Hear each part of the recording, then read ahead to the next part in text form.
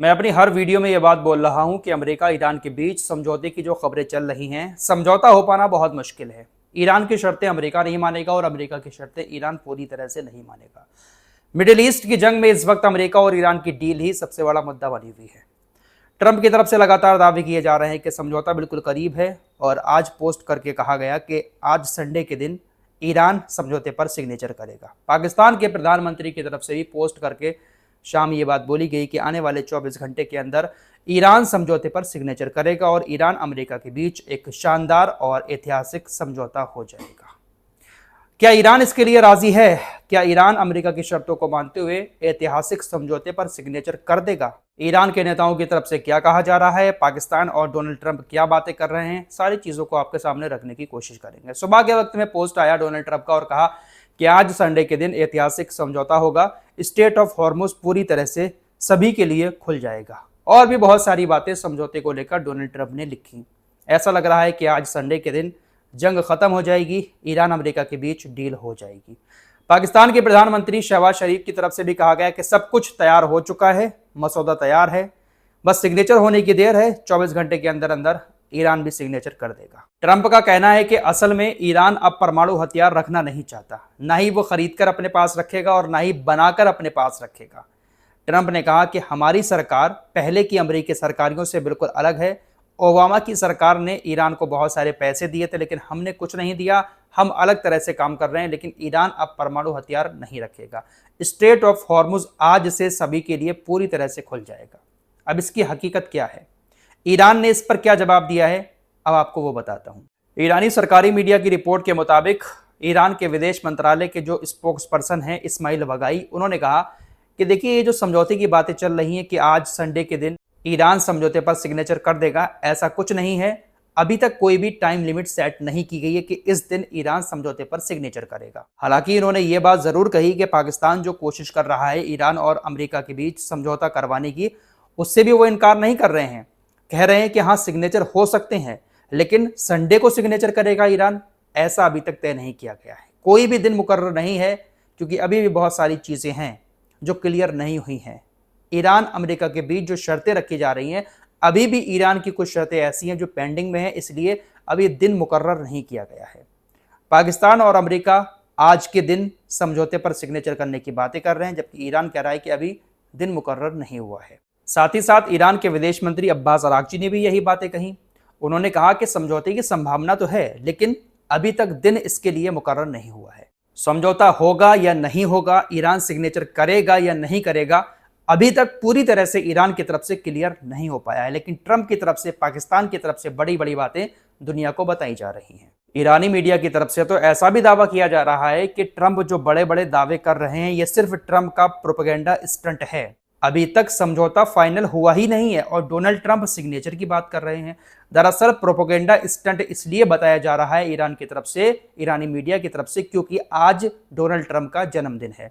ईरानी media का कहना है कि ट्रंप अपने जन्मदिन पर, अपने बर्थडे पर प्रोपेगेंडा स्टंट कर रहे हैं। समझौता तो अभी फाइनल हुआ ही नहीं है और बड़ी बड़ी बातें ये अपने जन्मदिन पर फेंक रहे हैं। देखिए, ये जो ट्रंप है ना, ये अपनी तारीफ का बहुत ज्यादा भूखा है। आज इसका बर्थडे भी है। इस तरह की बातें जब ये दुनिया के सामने रखेगा तो इसकी मीडिया इसके बर्थडे से जोड़कर इस डील को दिखाना शुरू कर देगी कि बर्थडे के दिन डोनाल्ड ट्रंप ने एक बड़ी जंग रोकते हुए ईरान के साथ समझौता कर लिया। काफी मीडिया कवरेज मिलेगी डोनाल्ड ट्रंप की, हो सकता है इनकी मीडिया तारीफ भी करे। यही चाहता है डोनाल्ड ट्रंप, तारीफ का बहुत बड़ा भूखा है। लेकिन हकीकत यह है कि डील हो तो रही है, लेकिन अभी फाइनल नहीं हो पाई है। हो सकता है कि डील हो जाए और हो सकता है कि ये डील कभी हो ही ना। दरअसल ईरान और अमेरिका के बीच कभी समझौता हो ही नहीं पाता। अमेरिका से ईरान कभी बातचीत करता ही नहीं, वो तो पाकिस्तान के नेता बीच में पड़े हुए हैं। ईरान से लगातार रिक्वेस्ट कर रहे हैं कि वो अमेरिका से बातचीत करे, और जहां तक मुझे लगता है कि पाकिस्तान ये कोशिश अमेरिका के कहने पर ही कर रहा है, क्योंकि अमेरिका भी नहीं चाहता कि वो ईरान के साथ कोई लंबी जंग मिडिल ईस्ट में लड़े। क्योंकि ट्रंप ने 40 दिन खतरनाक हमले ईरान के ऊपर करके देख लिए, ईरान दबा नहीं है। अमेरिका को अपनी साख बचानी है और साख बचाने के लिए समझौते से अच्छी कोई चीज हो नहीं सकती। आप लोग आज मेरी इस बात को नोट करके रख लें कि अगर किसी न किसी जरिए अमेरिका और ईरान के बीच समझौता हो जाता है तो समझौते के फौरन बाद डोनाल्ड ट्रंप की तरफ से इतनी बड़ा चढ़ाकर दुनिया को बातें बताई जाएंगी। डोनाल्ड ट्रंप दुनिया को ऐसा दिखाएंगे जैसे उन्होंने ईरान के साथ जंग जीत ली हो। बहुत बड़ी बड़ी बातें डोनाल्ड ट्रंप की तरफ से सोशल मीडिया पर लिखी जाएंगी अगर समझौता हो जाता है तब। अमेरिका समझौते के लिए पूरी तरह से तैयार बैठा हुआ है, अमेरिका सिग्नेचर करने के लिए तैयार है, लेकिन ईरान इसलिए देरी कर रहा है क्योंकि ईरान को अमेरिका के ऊपर भरोसा नहीं है। ईरान के सीनियर अधिकारी ने कहा कि देखिए, अगर समझौता हो जाता है और समझौता होने के बाद अगर अमेरिका की तरफ से मिडिल ईस्ट में हमारे खिलाफ कोई भी कदम उठाया जाता है तो स्ट्रेट ऑफ हॉर्मुज को फिर से पूरी तरह से बंद कर दिया जाएगा। अभी खुला तो नहीं है, समझौते के बाद अगर खुलता है और फिर अमेरिका कुछ चुल करता है तो स्ट्रेट ऑफ हॉर्मुज फिर से बंद होगा।